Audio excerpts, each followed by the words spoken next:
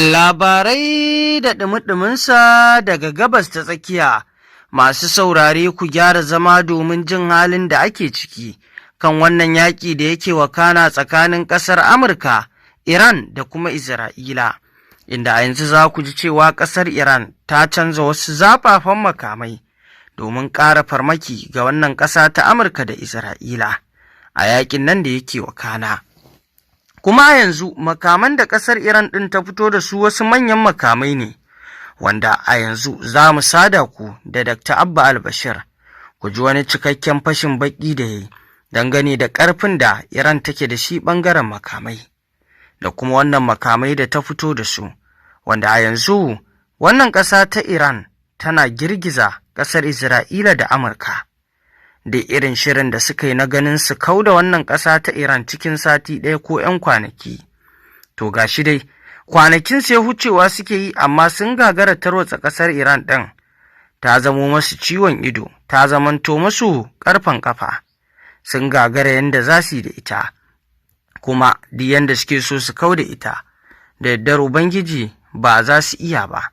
A yanzu, kamar yadda Dr. Abba Albashir za ku ji batun da ya cewar ko su ba san adadin sojojin Amurkan da aka kashe cikin wannan yakin ba, domin kuwa Iran na yi musu barna. Ga shi dai ku saurari Dr. Abba Albashir ku ji. Wato wani muhimmin labari da yake shigowa kuma yake buƙatar ɗan ƙarin haske shine wato Iran yau ta bayyana sabbin matakanta na canza fasali na wannan yakin baki ɗayansa ta hanyar wato canza makamai da za ta yi amfani da su. A yanzu ko in ce a yau ɗin nan wato wata rana ce mara daɗi ita ma ga makiya, wanda a yau Iran za ta fara amfani da makamai masu nauyin abin fashewa da ya kai wato kilo 700, wani ma abin fashewarsa ya kai kusan kilo 1000, wato tan ɗaya kenan. Iya abin fashewar kawai, iya abin fashewar.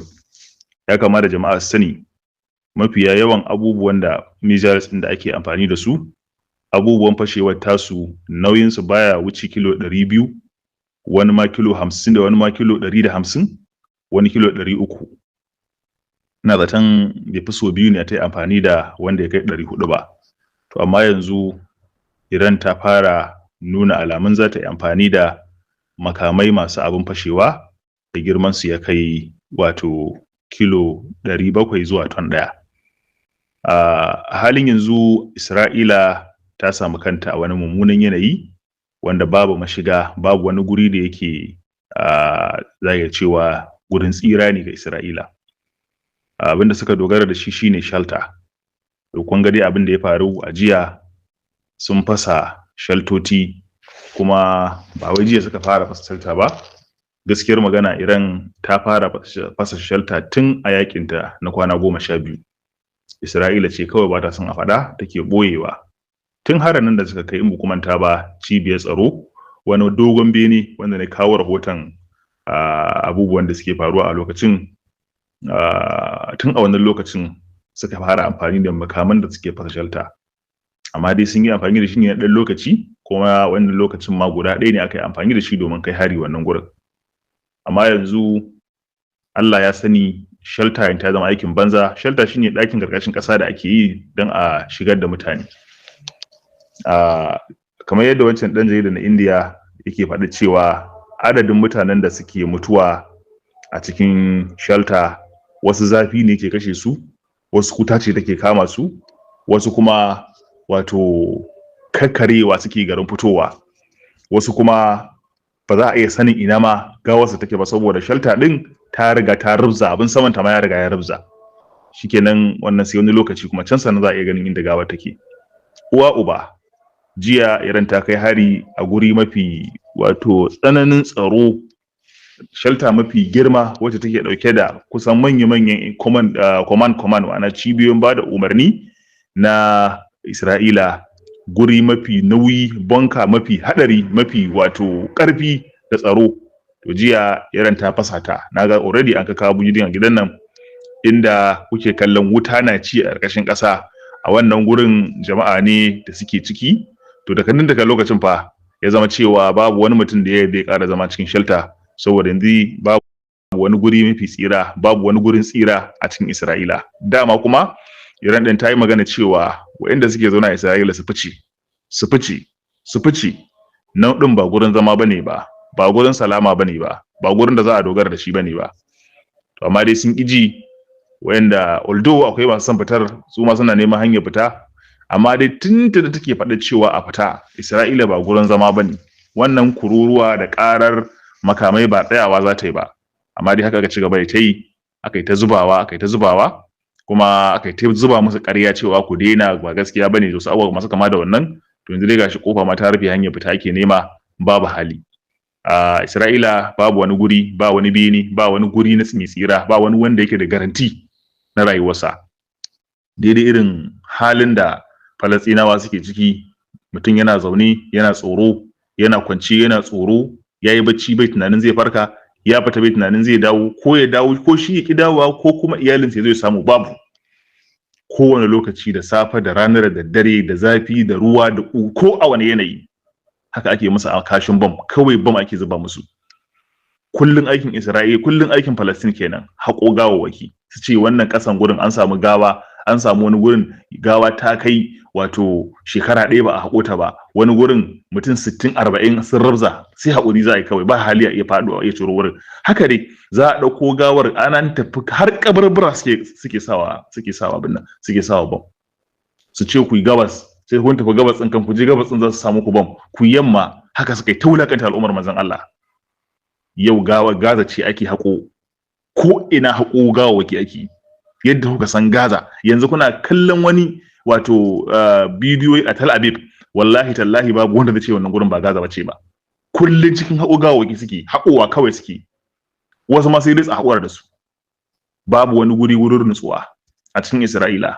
Kar ku manta, wanda burinsu kullun a kashe, kullun su ce maka eliminated, sun kashe wani, sun wani kisan gilla, sun wani kisan gilla. Tun daga lokacin da almusulma ta fara aikin ta, kun ƙara ji a duniya an kashe wani? Kun ƙara ji sun ce sun kashe wani, sun ƙara eliminated din wani? Saboda me? Cibiyar ta'addancin ce ake banka mata wuta, Mossad ce ake binta, ake danka mata wuta. Kafafan nan da ake bi, kuna kallo wani lokacin za ku ga an kai hari Bahrain, wani bene an sa shahidi ya kashe, wani tsohon jami'in CIA ne mai kashe mutane ake kashe shi ma. Na sha faɗa cewa duk lokacin da irin ta fara assassinating, to sai ta fi kowa iyawa. Yau gashi ta mayar da sojojin Amurka sun zama kamar ɓera, ake farautar su. Kokari suke su fita masu ba kasar, kokari suke su fita su bar gaba ta tsakiya, boye su ake yi, a kai su hotel, a fasa hotel din, a kai su wato airport, a fasa airport din, a kai su duk inda za a kai su, ba tsira suke ba. Su zauna a cikin embassy, tashin hankali, su koma a cikin wato base nasu, sansanonin su kenan, tashin hankali, su koma cikin hotel, tashin hankali, su koma ɗakuna ma a raka bin su ɗakuna, wasu gidaje haka wanda na talakawa ne, shi ma jama'a suna gani, shi ma fasawa za a yi. Ko ina suka bi su ake ana kashewa, ko ina suka bi. Maganar a ce wai an kashe soja 10,000 na Amurka, wannan zance ne kawai, wannan zance ne.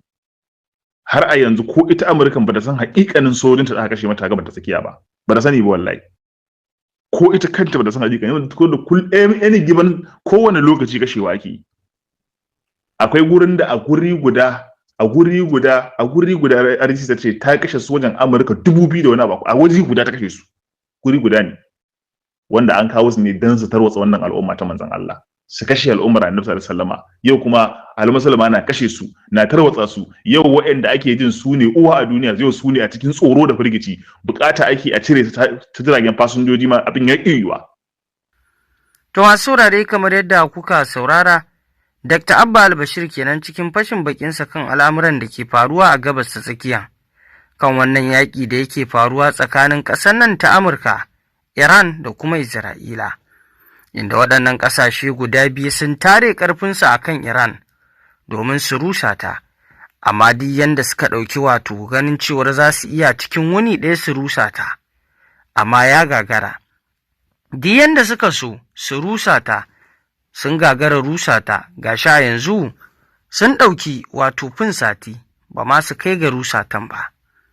Duk da dai suna kallon cewar sun yi babban nasara, tunda suka kashe Ayatullahi Ali Khamenei, amma kuma ba nasara ba ce gare su, illa sun ƙara tunzuro ƙasar Iran ne. A yanzu Iran ta fito da wasu makamai sabbi wanda ta canza su, kuma waɗannan makamai ne waɗanda suke kaɗan daga cikin makaman da Iran take da su, wanda tana da tarin makaman da babu wanda ya sani. Ita kanta Amurkan da Isra'ila duk irin bibiyar sirrinsu sun yi ba su san sirri akan Iran ba.